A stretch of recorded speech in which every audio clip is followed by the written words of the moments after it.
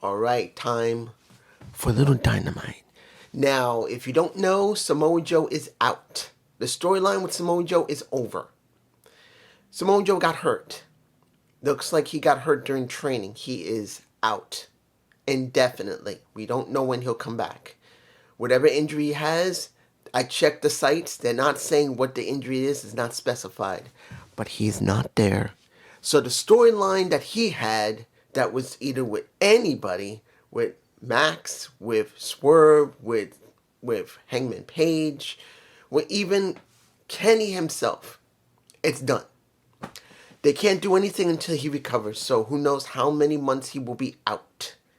And that sucks, and we're stuck with it.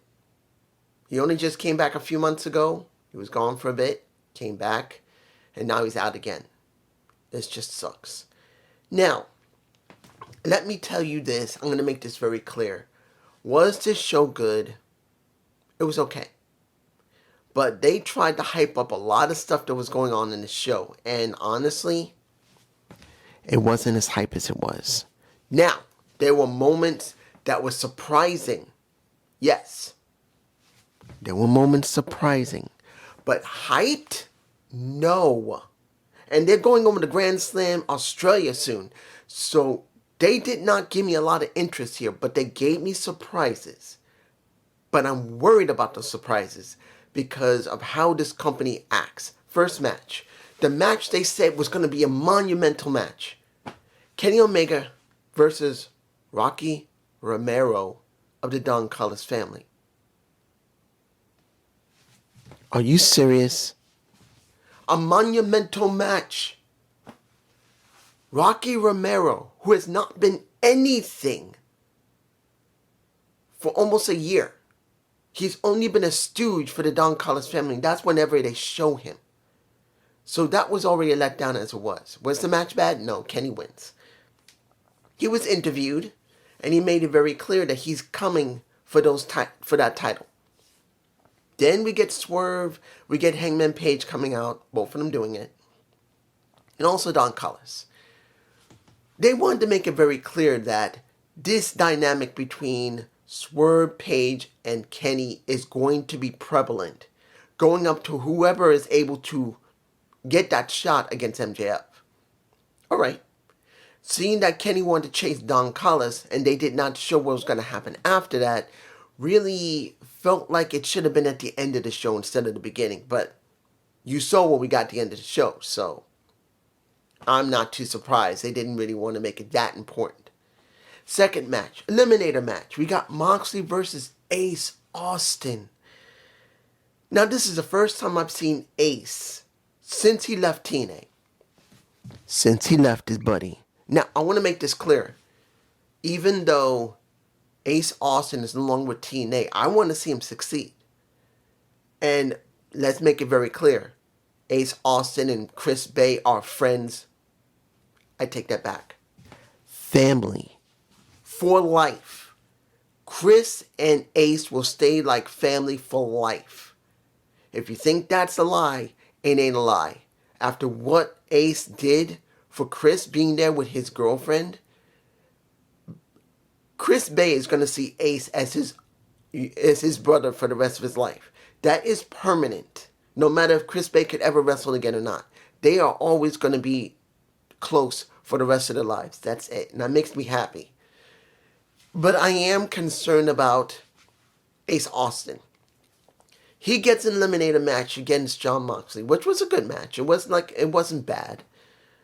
But they made it very clear that he's been working in ROH, that he wasn't able to have the match before with Kateska and somebody else. I can't remember who was. I think Kyle Fletcher and Kateska, they had their match.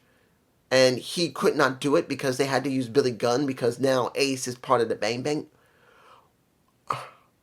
Ace Austin is part of the Bang Bang gang. I can understand Ace Austin being part of the Rascals, but the Bang Bang gang, because he has the name Ace in his name, maybe? That doesn't really make any sense. But he did lose his match, but he did look good. Then Kateska came out, and he now wants that Continental title. And yes, We saw in the back that Okada apologized to Fletcher because of the match they had together where he stabbed him in the head. He apologized. Okada. Now, you know the reason I'm watching here? It's simple. Isn't this supposed to be about Okada dealing with Kateska for the international title? Why is he going after the Continental? Are they going to do the stupid thing? The stupid thing. Not saying that Moxley will drop that title to Kateska, but are you thinking like I'm thinking that if Moxley did drop it, because they need to do something with Moxley, this storyline between him and the Death Riders, where he's supposed to be the good guy, but Death Riders are the bad guy, they need to end it. But if they're going to give him that Kateska, that title, and that might mean finally they're going to do something with the Death Riders where they're going to split them up. Would they be stupid enough to try and recombine the Kateska's title and Okada's title to make the Undisputed title because they have to do something with both of them? That would be the most stupidest thing. It's bad enough though those two titles are still floating around when there should only be one. But now they may try, and I'm not saying they will. They would try to do that. I will rant on it. Moving on. Third match. TNT title match. Oh. No. Not talking about this. It'll be at the end. Let's move on to the fourth match. The women's tag... Well, let me give you like this. Wouldn't it have been better that we see the women's tag title match on here instead of Collision? Wouldn't it have been better to see the women's tag title match between Cameron and Willow versus the Sisters of Sin instead of seeing Tekla here with Chris Statlander on a Dynamite show where they're supposedly... Tekla has only had supposedly one loss, as far as I know. One. And now they're giving this here. Where wouldn't it have been better to do it at Grand Slam Australia to make it feel special? No. They have it here. Why? Because Tekla couldn't go to Australia? Or Chris Statlander can't go to Australia? Or probably they're both going to go, but then we're going to miss this opportunity? I'm like, the match was fine. It was alright. But wouldn't it have been better to give Tekla something a little special? If Grand Slam is supposed to be so important in Australia, wouldn't it have been better to have it there? You could have still had the Sisters of Sin match with Babes of Wrath, but why here? It just feels like it was unnecessary. They didn't need to do it here. They just wanted to get rid of it.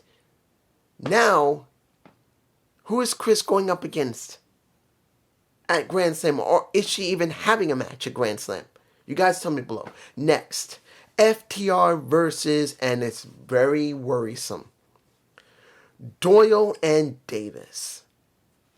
The Jake something might be hurt.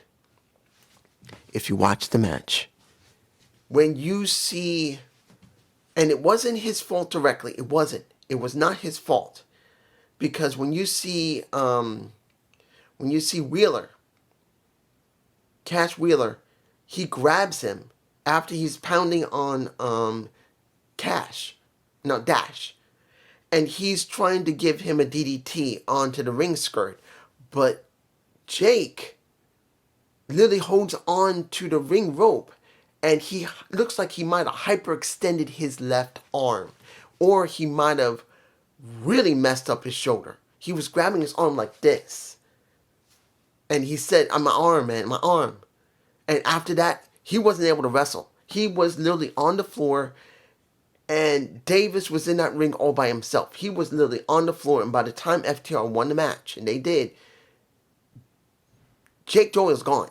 He is not to be seen. He's disappeared because he got hurt. He only just came in. What the hell? The first few matches that Josh Alexander got, he got hurt. And now, Jake Doyle looks like he might be hurt. Of course, I didn't see anything on any of the websites yet. I haven't checked. I only saw one website, and that was just to find out about Samoa Joe. I didn't see anything else. Maybe they're still evaluating him. Hopefully he's all right. He didn't get hurt. But it's worrisome that he took that DDT, his arm got hung up, and now he disappeared. He was down and he was done. So let's hope he's alright.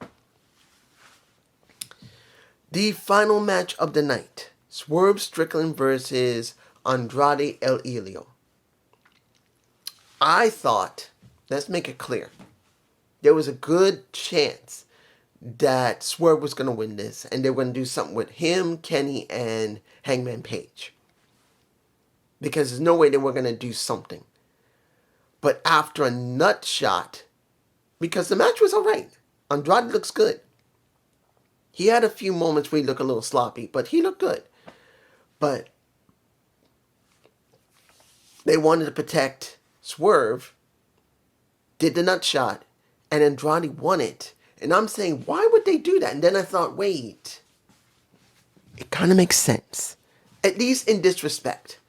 Because Swerve can be used to go up against anybody who's near the last end of the situation with MJF. Because that makes perfect sense. He can go up against Hangman Page, he can go up against easily El Idolo again, or he can go up against a Kenny Omega, one of the three. Me, I do believe he will be going up against Hangman Page. If he wins, it will be those two. And that is what people really want to see more than anything else. Because they want to see Hangman Page go up against Swerve in a respectful way instead of a death way. That's what I think. But this is just me, you guys, some below. Now let's talk about everything else. Because I want to talk about everything else before this match. Let me give it to you like this.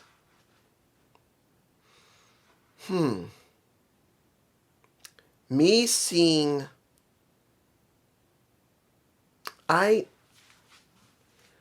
Look, they showed us some scenes of who was important at the end of the situation with the Bucks.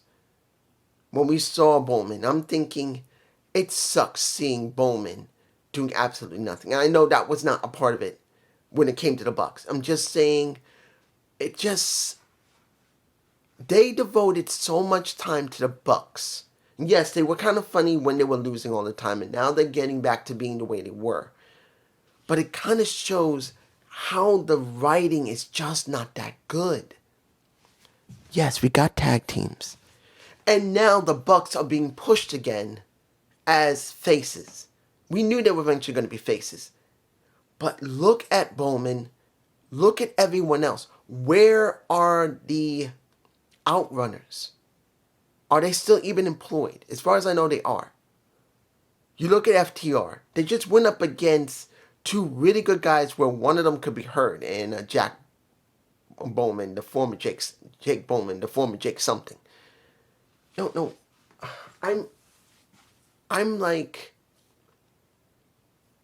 will this work out? Will this new booking of the Bucks actually reinvigorate the tag team division? Because as it stands, seeing Big Stroke in a wheelchair trying to make it look like he's screwed up, it's not entertaining when it comes to FTR. I'd rather see Big Stroke being Big Stroke. I'm just like, unless he legitimately is hurt, and as far as I know he's not, it just doesn't feel important. And seeing that they are pushing the Bucks does not make me feel like it's going to happen. It doesn't feel like this is actually going to be, maybe they'll really focus on the tag team again. Because it feels like the tag team division is just a joke at this point. And when it came to the... It kind of feels the same thing with the women's division. You only got the Sisters of Sin and the tag champs. And I know you're going to say, what about what happens with Bane and Penelope Forbes coming out?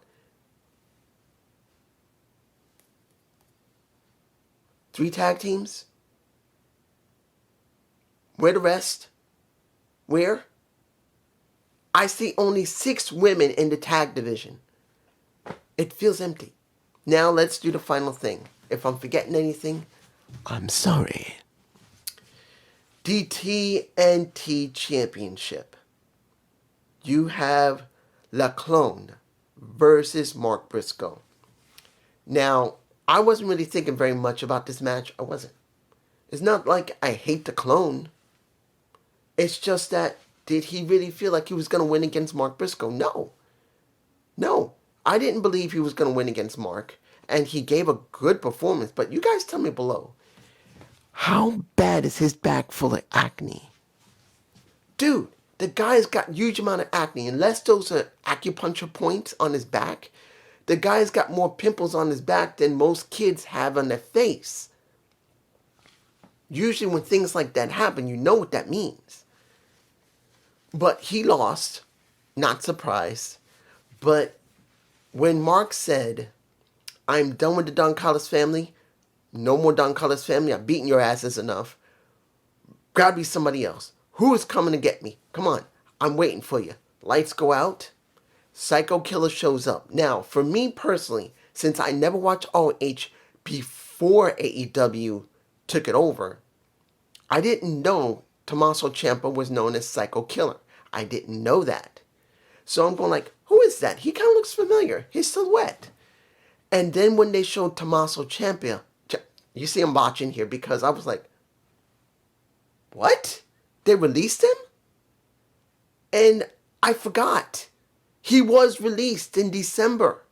I completely forgot that Tommaso Ciampa had been released. I forgot. And I'm going, oh, he did get released. And then he goes into the ring. He faces him. They make it very clear that Tommaso Ciampa knows a Mark Briscoe for many years when they were in ROH. And I'm like, okay. And then I said, oh, okay. Oh no, not okay. I went from okay, watching it, and then I said, okay. And then my thoughts went to, oh, not okay. Not okay. And I'm sure many people say, I'm just nitpicking. I'm just why am I watching AEW? I'm sure people are going to say that. Understand what I'm saying to you. To anyone who's watching this, who is a diehard AEW fan, I love AEW as well. But I'm telling you what has been shown for months, and particularly what happened in the last couple of weeks. Tell me. What happened? What happened in the last couple of weeks to one wrestler who luckily was rehired by another company, TNA? What happened to Trey Miguel? Someone in that company didn't want him there. Or someone's didn't want him in that company. They didn't like his posting on Facebook and on X. And what happened? He was, well, sorry, we can't deal with you because we don't want any more trouble. Bye-bye. We have no qualms with you, but we can't keep you. Hired and fired within an entire day. And he had to put on a post of X, I had to take a break. But guess what happened? He got hired by TNA. And as I said before, again, and I'm going to keep saying this, I have my qualms with TNA. Sometimes they screw up. Sometimes they look stupid. But what they did was one of the greatest things I've ever seen from this company since Scott D'Amore left. And I'm not saying Scott was great either. I was not a big fan of Scott. He had his moments where he did good, and he legitimately did some stupid shit. But legitimately, they did a great thing rehiring Trey Miguel. And we know for a fact that Ricky Starks wasn't treated well. Warlow hasn't been treated well. Look at what's going on with Camille. She's still not seen, and she's not injured as far as I know. She's just not on TV. She's still on their damn roster. So now, after they did the most stupidest thing with Andrade, without checking to see if his contract had any type of weird clause in it, where legitimately they brought him on TV, he had to be taken off TV, now he's brought back on TV, doing a match with Swerve, and guess what happened? It was the most stupidest thing. Either he was told to say this, Tony Schiavone, or he came up with it himself, saying this is the first time you're going to see him, he's incredible. Everyone knows him.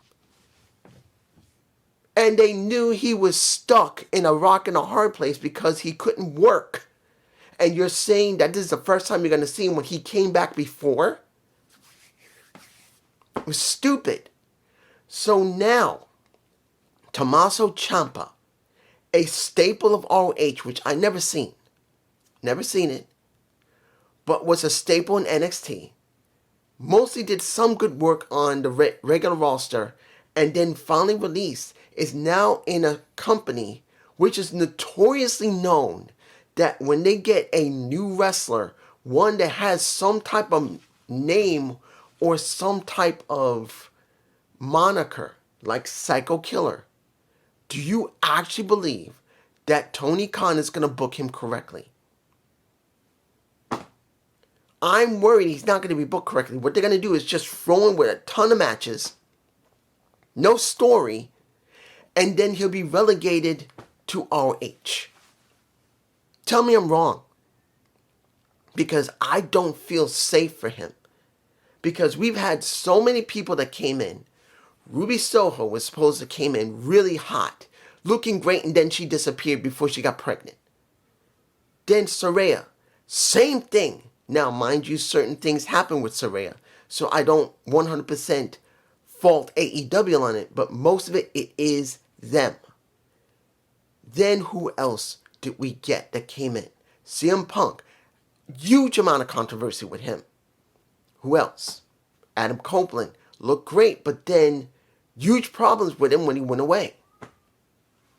It's just a huge mess with this company. And when it comes to new wrestlers that looks like they got recognition or some type of prestige, they just throw matches at them and do nothing with them. Look at Josh Alexander. You can say whatever you want about Josh, but he was shown to be a good wrestler that could do something, and they just threw him into a faction that's doing nothing. Kateska, Okada, Fletcher, and now Andrade. They got so many other people. What are they doing with them? Nothing. Do you actually think if Doyle isn't hurt, the former Jake something didn't hyperextend his elbow or his shoulder or something, and he can't wrestle now, which would be so bad. That's like a freak accident. He didn't expect his arm would get popped. But dude, I'm nervous for Tommaso Ciampa. I'm nervous. I'm telling you right now. I don't care what you say. You're going to say you're stupid. Fine. Prove me wrong about anyone I spoke about. Because as far as I can tell, Tommaso Ciampa may be just given a little bit of highlight and then he gets buried in ROH, or maybe not even been seen for who knows how many months unless he joins the Don Callis family. But it's just me. Peace.